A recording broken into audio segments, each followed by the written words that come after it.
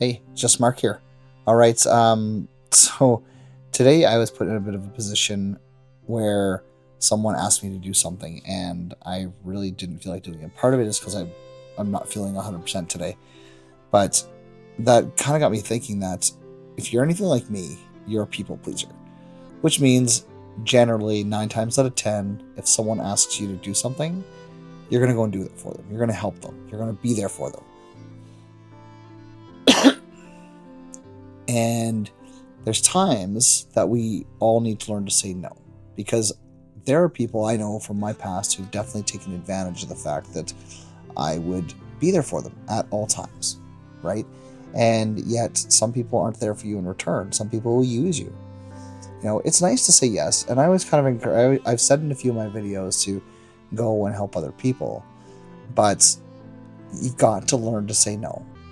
It's totally okay to say no, because saying no also helps you set boundaries, healthy boundaries, things in your life that allow you to give yourself more freedom and be able to step away from other people. Because I feel if you don't set boundaries, people are going to take advantage of that.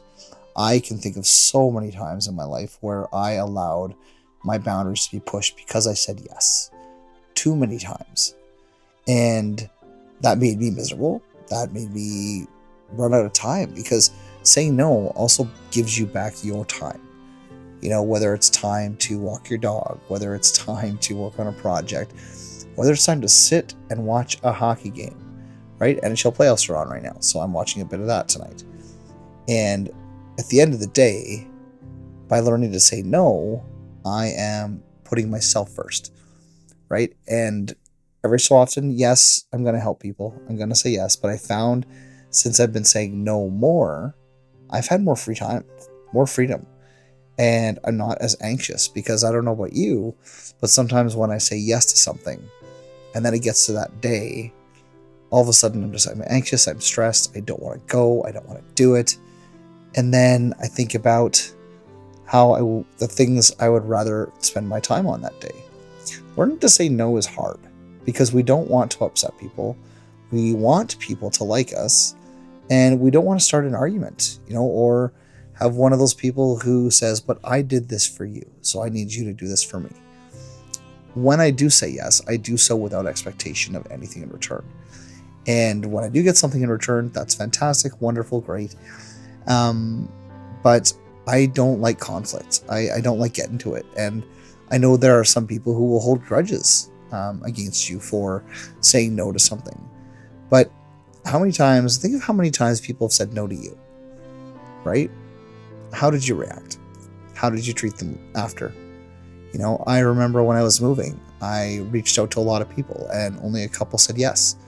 But all those who said no, I didn't hold it against them. They've got their own lives. They've got things they want to do. And that's okay. And the same thing goes for me. I say no more now often than I say yes. And that is because I'm hoping these people who I say no to will be okay, because they know that I've said yes in the past, right?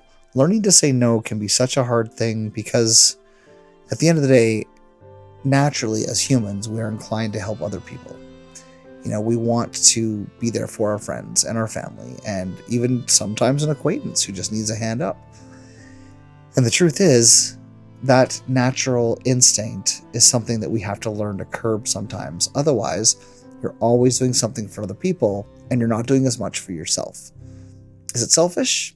Kind of, maybe. But at the end of the day, I don't think it's selfish to say no. I think it is absolutely okay. And those who think it's selfish, well, you know what? They had a different intention or a different mindset than you did.